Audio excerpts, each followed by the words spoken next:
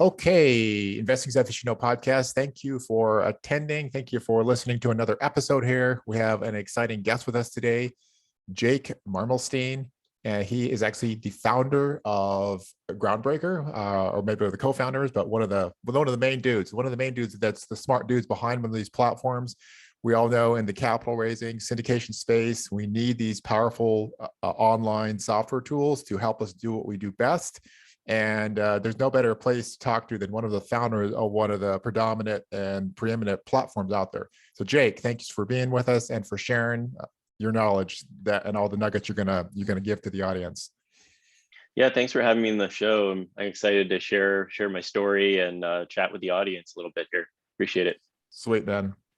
So let's get right into it. Let's give the audience a bit of your background, quick where you grew up, and what kind of just set the stage for how you got here and what makes Jake unique, and just give us that kind of the landscape of how we stepped into this capital raising portal space. Yeah, so zooming out all the way, it's funny to tell how far we've come from where we started. I was born in Chicago, but moved to Marietta, Georgia as a kid. And my family started a restaurant business. My dad's dad was in the restaurant business too. And my uncle went to the Culinary Institute of America and started a restaurant, a contemporary American fine dining restaurant in suburban Atlanta, Georgia in the 90s with my father. So I basically grew up in the restaurant business. And then I went to an international baccalaureate high school, went to Cornell University, got really fortunate to be able to go there, studied hospitality, thought I wanted to open a restaurant business, spent some time in Spain, spent some time in Brazil, ended up going and studying into real estate finance at Cornell, and then went after university to live and work in the most wonderful city of all, Rio de Janeiro. And I remember how the city was undergoing some massive renovations at the time. This was before the Olympics and the World Cup. Okay. And I was working in the city government. So I was like, and this is kind of what got me started into real estate. I saw an off-market hotel downtown in the city center. It was 20 minutes from the local airport. It was perfect for group travel, business travel. And it was in need of some massive amount of work in a perfect location. So I wanted to actually be quite entrepreneurial, raise money for it and buy the hotel, renovate it and everything, applying my hospitality knowledge from university and my real estate experience. And so I had an architect on the team, put together a pitch deck, had investors that I was calling in the United States and tried to raise a round of funding, about $2 million to do this deal. So needless to say, it totally failed. Okay. Don't say needless to say. I was like, he did it. I was expecting the best and he did it. Yeah. The funny thing is when you're young, like 21-year-old recent college grad, you're fearless, but you also, that fear helps take you forward. But at the same time, there's so many things you still have to learn. And sometimes you get lucky. In my case, I needed to really learn a lot about what I was doing and how to raise money, how to talk to investors, how to put together the information in a professional way. And I went back to the US and started working at a hotel REIT. So then I was underwriting distressed hotels and learning a lot about the industry. And that was when I actually was quite frustrated with my job because I was pretty much the least experienced person on the team. And that meant I got all of the work that no one else wanted to do. Yes, as is normal to do in any organization, right? Yeah. So as the story goes, pretty much realized that there was no process, there were no systems, there was a lack of organization and transparency with the whole capital raising and investor relations side of it. And I was kind of the guy doing all the admin back office work that happened behind the scenes that nobody would know about on the executive level, but investors still had to deal with through email and phone calls and everything else. For sure. So that's where I kind of conceived the idea of Groundbreaker. And the Jobs Act passed in 2012, which gave a huge push for financial services companies to think about how technology could influence the way that they share information over the internet. Yeah. For those Let's of the let me listeners let who me don't, pause there. And there's so much Mhm. as that initial part, of course. Yes, Yeah, we have investors, in the U.S. and then the capital portal, which is fascinating. We'll get into that, and that's kind of the meat and potatoes of it. But obviously, there's so many. I know it was when you were younger, but so many different turns. Overseas. Give us a sense. This is just a curiosity, and I know typically whatever I'm interested in, just as a curious note, people will find that to be also interested. What is the real estate investment scene? I know you're young, but what is that kind of scene overseas? And let's just go with Brazil. Like you said, London, Spain, and then Brazil. But let's just say, why didn't somebody else? Why didn't another investor in Brazil also see that opportunities? Is it just like the lack of resources, the lack of initiative? Like, how did you, an outsider, how did you see it, and no one else did, or whatnot? How does explain that one? well, it's very complex to do business in a country like Brazil due to the bureaucracy Yeah, and also the amount of the disparity in wealth in a country like that. So it's difficult because there's fewer people who have the kind of wealth to be able to make big moves, and then there's layers and layers of bureaucracy that person who doesn't have a tremendous amount of wealth or maybe has a moderate amount of financial circumstance would have to go through in order to achieve success. So typically all the opportunities are really available to people who have money and have power and influence. And that means that there's fewer people out there who have that. And yeah. so Fewer relative to like our American kind of baseline. Is that what we're talking, fewer? oh yeah, absolutely. Yeah. Yeah. So maybe in New York you have 10,000 power players or something like that. I don't Yes. know, but in Brazil you have maybe 1,000 power players over the whole country. Yeah. Yeah. And that's and then okay, and then let's just expand it just a little bit. We don't want to get too derailed in that, but and then go to obviously London or England and Spain, or more, London for sure is, first world country, and Spain, they're obviously basically the same thing. What was the observation there in that real estate space? Were they basically just kind of like another New York, but just with a European flavor for the real estate kind of scene there? Well, What? there's definitely certain bureaucracy over there too. Uh, it's unfortunately, I didn't really get too much into the real estate space when I was there. I Okay. was working in a destination management company, and then I did the Olympics.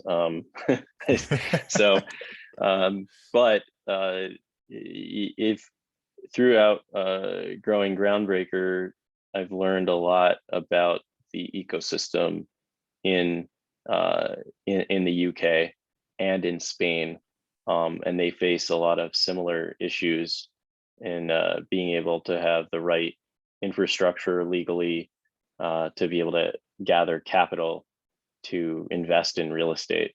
Although they're a lot more advanced nowadays with some platforms that are out there for group investing. For sure. And that's an awesome point there. And this is not often talked about, but as a fund manager myself, or about to be fund manager, we're launching here. There's actually quite a few European members in our group here. So that's actually a little pitch for Groundbreaker. Are you guys operating across the world, or you're operating in other countries? I take it. Is that correct? Well, no. So we found that there were other types of regulations that we would need to support in order to be operational in the UK. Not that difficult to do, but with that, there's the requirements to support their currency and other things that make the product roadmap wider. And we'd like to stay very focused. And frankly, the US market of how many trillions it's worth is just good enough for me for right now. Yeah. For sure, man. No, that's good. That's good to know. And that's also an important point to make, that is raising money overseas and these other things. Sometimes just something we don't think about. And to your point, there's like, the US is a wonderful place. It's not Brazil, and there's the middle class is so much larger, and Mhm. there's opportunity for so many more people. Average person like myself, I do not come from wealth. that can step into the space and have the resources and meet people like yourself that are doing these really interesting things. So that's, just speaks to the, I feel really blessed to live here. So I'm always thankful for that. So moving on, into so you kind of spoke to us about how you kind of leveraged your hospitality background. You learned some of the basics in Cornell, which actually, by the way, how was the Cornell experience in the real estate space? Did you feel that was did that really prepare you, or was it more just kind of a little bit more on the drier academic side? Give us your sense of that, because I was just kind of curious myself, because you see these Cornell, like, these smaller programs for professionals to join, like $1,000 or $2,000, and you can get your certificate. Give us your sense of what Cornell taught you or showed you. Well, I actually was very fortunate to be able to go to Cornell, because there was, even though it's a little bit isolated in Ithaca, New York, I think that's the biggest downside to Cornell as an undergrad student. But for the education, the curriculum, and the network that we got, it was incredible. I mean, as a sophomore, we were able to do Argus financial modeling courses and certifications for like $75, when Argus was being used everywhere. So I thought that was really unique and very practical. Jack Cordial, who was a consultant at the Intercontinental Hotels Group, he regularly produced research papers and did work with them, was one of the graduate level professors in one of the classes I took. And it was theoretical for sure, but the guy was working in the industry day in, day out. And, yes. A lot of the people there were professionals that were doing the work as well. So, so many of the things that I did in those courses were very valuable and practical for the way that real estate investing is done. In the traditional sense. There's a lot you learn after that when you're in the day-to-day that doesn't go by what they're teaching in the classroom, but to build a really strong foundation. I thought it was a phenomenal opportunity, and the people you meet too were great. That's really interesting, man. Yeah, thank you for sharing that piece. So then we kind of circled a little bit of a sidebar there, and we're going to come back to where we left our conversation. And that was this journey throughout, your undergrad and, young guy, and you traveled around, and you kind of came back to this, you kind of had the seed idea for how, you saw the need. I think you saw a need there, and like, what might a software portal, a capital raising portal look like? So let's come back to that and just kind of continue to walk us through that journey of how, you had the idea, and then of course how did you know who to talk to? How did you know what it was going to look like? Break that down for us. Sure. So it just starts with the pain and the frustration. And I think one of the main problems that I was having was constantly editing and formatting and printing out PowerPoint presentations for the actual decks that we used. And so when we initially came out with a version of Groundbreaker, it was very basic. It was just a website where somebody could use an offering memorandum wizard to create a pitch deck and put that deck on the internet. The reason why we did that was because it was able to be available in real time. So you didn't have to come up with multiple iterations of a deck and have to attach it to an email and then have investors going back and forth and having to update information as you updated the analysis or whatnot. You could have a button that if an investor was interested, they just click the button and you're tracking that. You can see if they've looked at it, if they're interested in it, as opposed to having to wait in your email inbox all the time. Which, on the front end, when you're raising capital, you have to have a lot of back and forth. It's like herding cats. And yes, you want to minimize as much work as possible, especially if you're raising from a large group of people. It just sucks out all of your time. So that's how we kind of came up with it. And then it was interesting. We had the portal, and there were people coming in, and we got actually written about in VentureBeat. One of my earlier partners was very savvy at connecting with folks and getting lucky. So we got a full feature in VentureBeat. And nice. That drove a ton of traffic to the site. And we had people that were asking if we raised capital directly for deals. How did it work? And we kind of took in all of this feedback, early feedback, and decided, did we want to be a platform that hosts real estate investment offerings and helps to raise capital, or did we want to provide the picks and shovels, if you will, for the real estate people to be able to raise capital on their own more efficiently? And that's when we had to make a decision as a group what we wanted to focus on. Nice.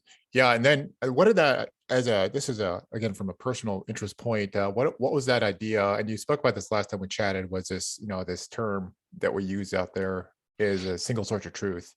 And from a mechanical engineering background, it's been percolating out there from a systems engineering perspective, the model-based system engineering. So that would kind of derive actually from NASA and some of the larger aircraft manufacturers. I don't want to get too big of a sidetrack here, but that was in really complex system engineering. You have systems that talk to systems, all these systems levels type of stuff, and it gets really, really hard to track all these changes, which is in a more, more refined way. You were saying, oh, I have to update the PowerPoint. And then if there's one change, then you have to send out another PowerPoint. So I keep referring back to this, many iterations of documents. So documentation is huge. So did you connect actually explicitly with someone kind of from that back in the engineering software type background that kind of laid out the framework or the format for what I would call model-based systems engineering? Or how did you kind of arrive to some of those concepts? Yeah, it just, I guess, when we think about the workflow and what needed to happen, having a database with your investors and your deals and your documents and everything all in the same place just made sense. But we were very fortunate to be able to have a CTO early on. Nice. Yes. Yeah, he built the initial platform. We were totally bootstrapped, and I remember how hard it was to convince him to leave his full-time job and start working with us and dedicate more time to it. But we got really lucky, and we used a bootstrap template, Ruby on Rails, and just got things hacked together, kind of an MVP, and got things going. Explain, because I'm actually in the same, I'm not the same state, but a similar spot right now in my fund, and I'm trying to attract some talent. So give me some insight here on what was your pitch? I mean, obviously, like you said at the beginning, towards the beginning of our talk here, is like, hey, I needed to learn a lot how to properly pitch investors and people. And we constantly learn this again and again, whether it's joining your company or a key employee or a principal or investors. All these things are trying to persuade and convince someone else that this is a cool opportunity or some type of benefit to them and you, and there's a win-win. What was your pitch to this person, your CTO? How did you get them? That was, if they could do valuable work and come on board and lead, that's an incredibly powerful person, or important person, sorry. Absolutely, and it's rare to be able to find that too. So I can't even take credit for it. It was one of the early partners of the group who had the relationship through the Columbia real estate program, found the guy and got him on board. But I think it was after we got written about in VentureBeat and had all this traction, and I was selling and getting customers, and money was flowing through the door, and there was work to do. Yes. And we didn't have the capacity to deliver the work. I was basically selling vaporware and a dream, where people were paying us, $5-10 grand or so to get the platform up and running for them, upfront payments. That's when he had to decide what he was going to do and came on board. But I can relate to different examples. The more crystal clear the vision can be, and the way that one is able to pitch it as the visionary and the CEO of an organization, you really have to, in those situations where I found highly talented people to come join me. Yeah. It's a combination of your traction, and it's a combination of your vision and your pitch and how organized and professional you are, how persistent you may be, and everything comes off to translate to you being the leader that somebody else is going to trust their time, their career with, to be able to join and be a part of this vision and mission.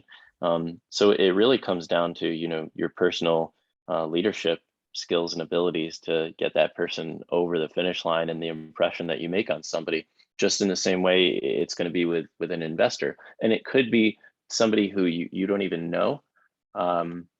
Everyone comes to the table looking at an opportunity in a different way. So I don't think it needs to be someone who's in your network, but it helps a lot if it's somebody that you already know who has seen you progress over your career, because they're the guys who are going to be willing to bet on you first. Yeah, that last paragraph. That was so much good stuff there, man. I mean, seriously, that was some really, really good stuff. So thanks for sharing that.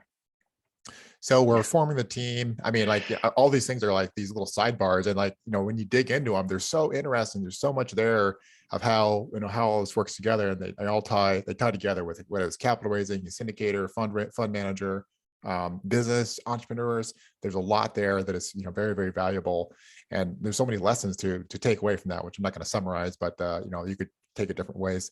So yeah, so you got some key people on. You're refining your vision. And then like you said, they were paying you for vaporware with basically a promise that you could do this you had this concept, and you said, I could do this, my team can do this, and we're going to sell this. Clearly that indicate a robust need out there. You saw the pain, others felt the pain, and they wouldn't have been paying you. So how did you then step us through how it started kind of taking shape, and how did you kind of the interplay between customers that needed it and then when you actually could release a product? Walk us through that.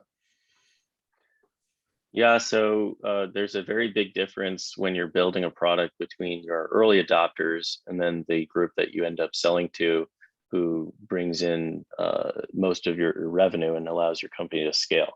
And in these days, we were super early to the market. We had early adopters. We had groups that said, I like this team and they're doing something that's really cool, and I want to get in because I can influence the way that the product is being built, and it's going to serve my needs. And we found people who were tech-friendly folks that also happen to be in real estate investing. One of them was a private lender. He had a business in California selling second and first trust deeds, where he would find a borrower who would do a fix and flip, and then he would, within 10 days, fund their deal at a 8 to 12% interest rate. And his business model was to make a spread and make points on the origination of the loan. And he had investors, private individuals, funding those loans. So before, he used to do it on email. And then with Groundbreaker, he could have a portal that allowed him to post the deal, and in real time, people would go in and express interest in funding it. And it was through his early contributions to the product that we continued to build out different features that made Groundbreaker more robust and curated towards what he ended up wanting us to do. And there were nuances along the way that didn't apply to the rest of the market. but they were very helpful in a sense to get us off the ground and get us to a product that people like him could use. So it's really through those customer conversations that you continue to iterate and then figure out, as a product manager, what are the similarities between these people, these personas, and the needs of their business, and how can you craft that into a product that's appealing to a wider audience. Early on, I didn't have any of the awareness or knowledge that I have now about the product development process, persona development, any of the stuff that you really need to build and scale a business. I was just figuring it out as I went. For sure. Yeah, no, that's really interesting insight, where those, the people that are, funding you, essentially, they're going to get their special little widgets, and it may not have the broad appeal that, the actual, the vision, but, all those things are such an interesting dance of learning, iteration, you keeping a clear vision, and like, are we going off track here? And then obviously righting the ship, yes, we're kind of drifting off here, going to rewrite this tack, get back on tack. So that's all really interesting stuff. So thanks for sharing all that stuff, kind of this growth and the progress and the trajectory of how you work through all these things.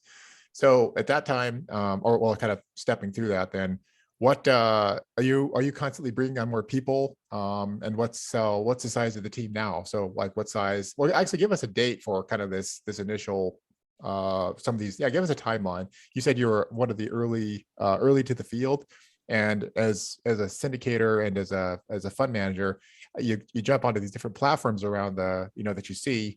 And it's like, I guess I'm not really sure when, because I'm new. I don't know when all these platforms came on. So give us a timeline of when some of these things were happening. So after the Jobs Act passed in 2012, we started to see companies coming out into the space that did real estate crowdfunding. And I believe in 2013, Fundrise launched. 6 months after Realty Mogul launched, there was another platform called Realty Shares that no longer exists that had launched, I believe, in 2013 or 2014, and another one called Real Crowd and iFunding. And Groundbreaker came out with its article in VentureBeat in 2014. Okay, yeah. So that was actually 2013. I started working with the team in 2014, and then in 2015 we landed that customer that I'm telling you about. Yeah, it's out of California. So, yep.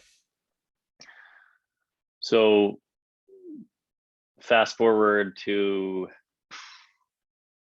2019, essentially 2019, the team had totally changed. The vision had changed.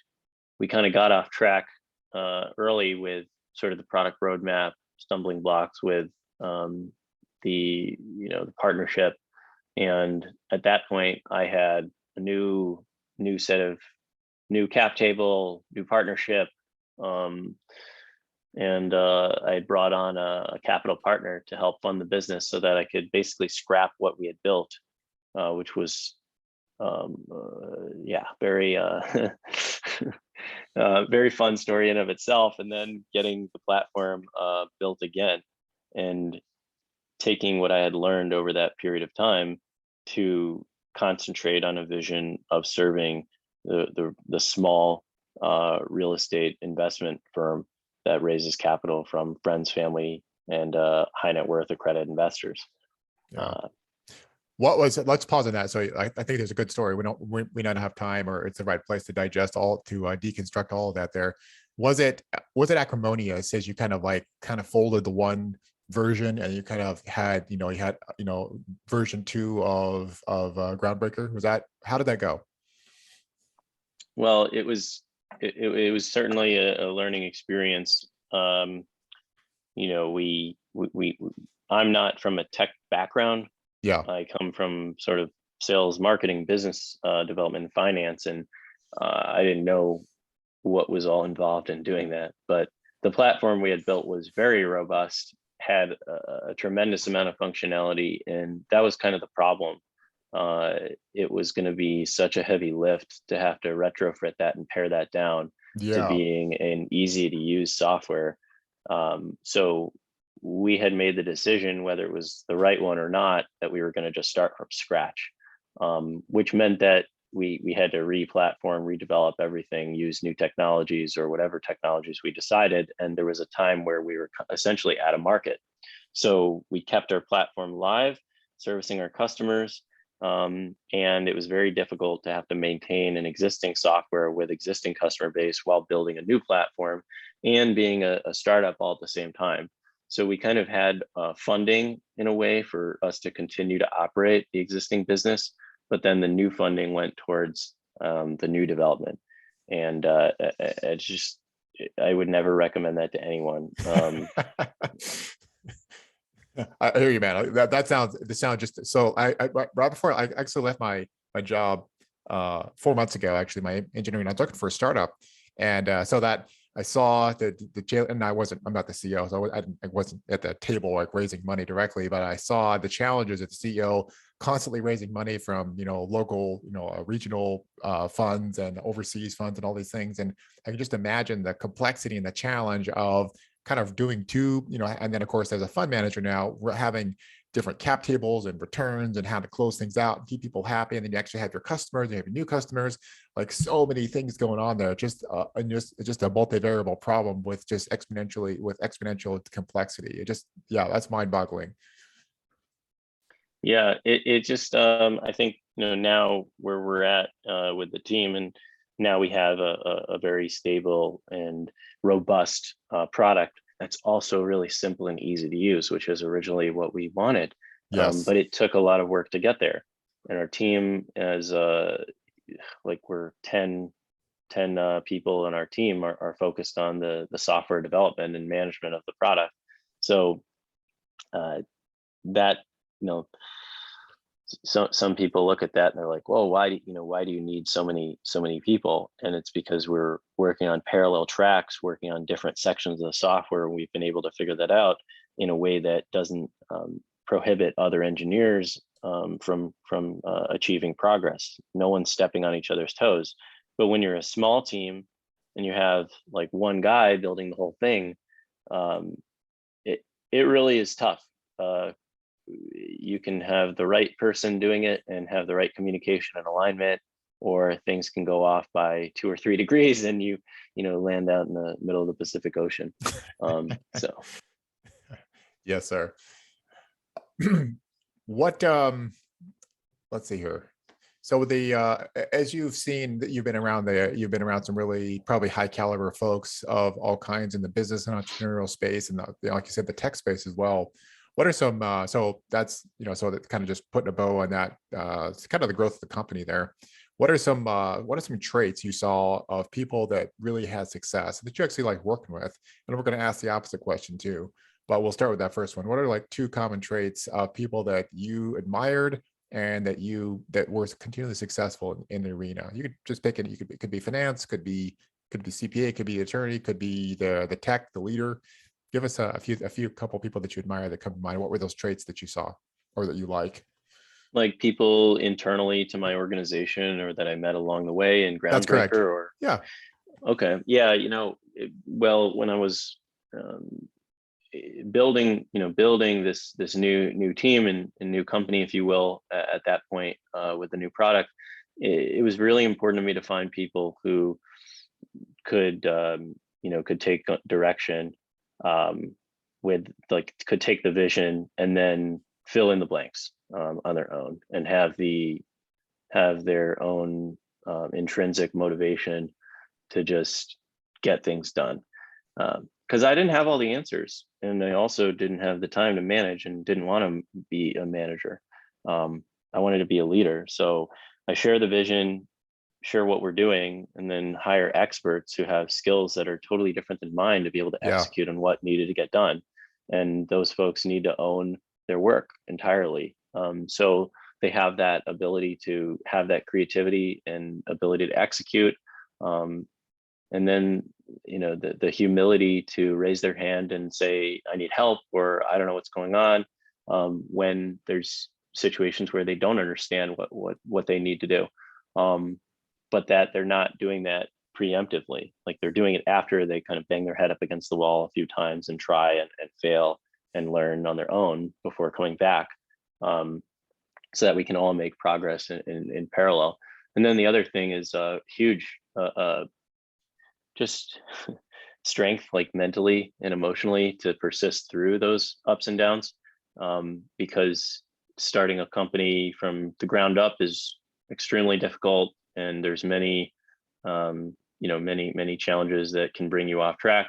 So the individuals who continue to persist through those challenges, again with intrinsic motivation but patience, they're able to get over the hurdles and learn, maybe even the hard way, but to be able to stick around long enough to see the fruits of their labor.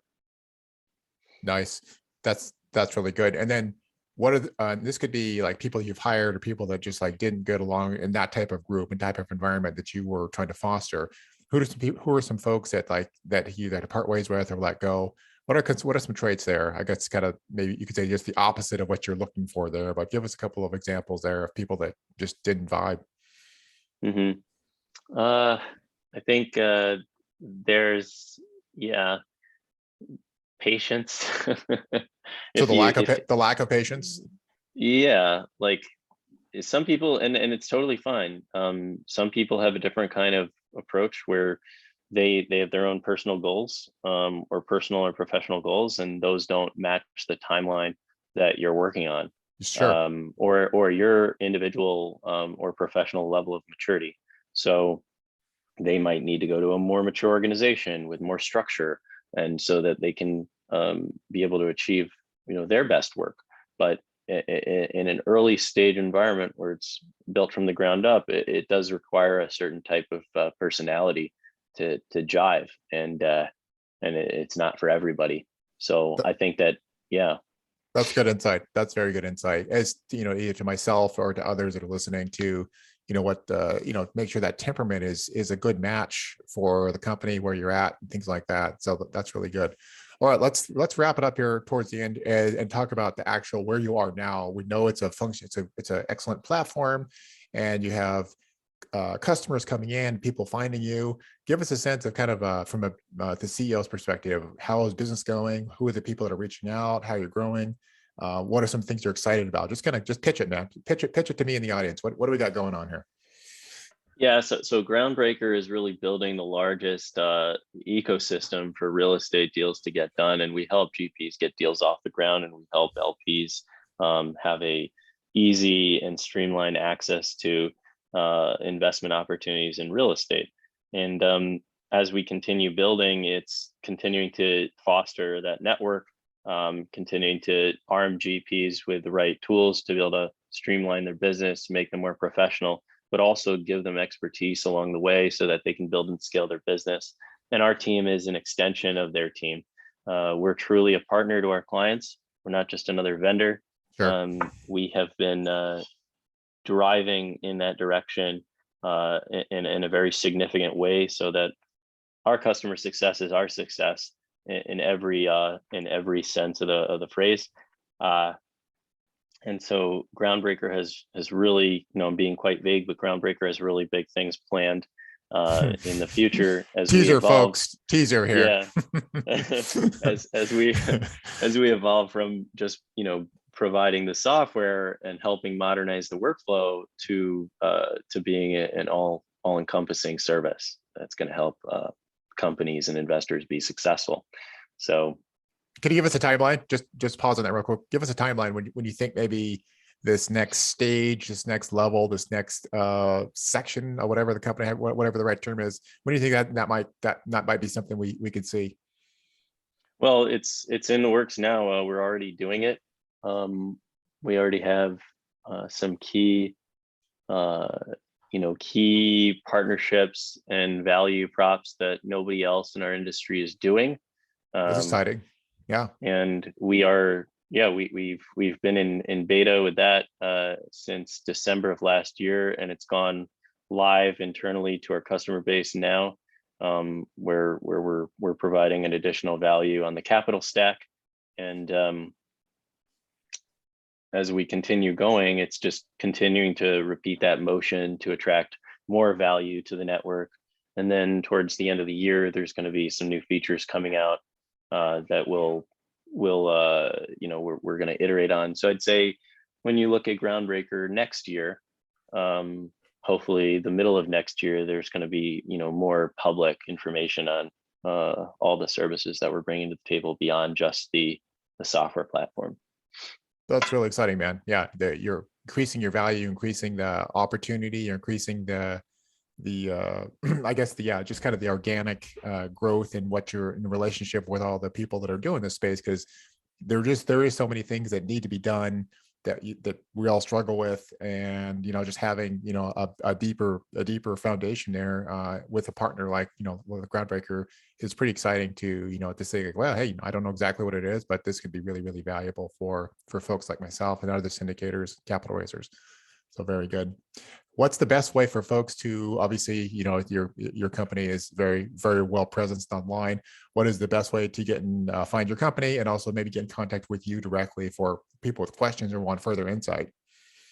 Yeah, I love hearing from people who are in the industry, no matter their level of experience. It's always fun. So please reach out to me. My email is jake@groundbreaker.co. You can also go and add me on LinkedIn. My last name is hard to miss. So um, find me. It's Jake Marmulstein. And if you're interested in learning more from our team, you can find us at groundbreaker.co. Fantastic. All right, audience, thank you for listening to another episode of Investing Stuff You Should Know podcast. Hopefully you get value out of this. We always, of course, appreciate a good like. And when we get good likes, we can bring on more cool guests like Jake and to share the knowledge that he has and give us a really good insight to all the struggles and the successes of a startup in the capital raising space. So this has been really exciting and interesting add to our show. So thanks all. Jake, thanks for sharing what you shared. Yeah, thank you. Thank you. I appreciate it. It was a pleasure.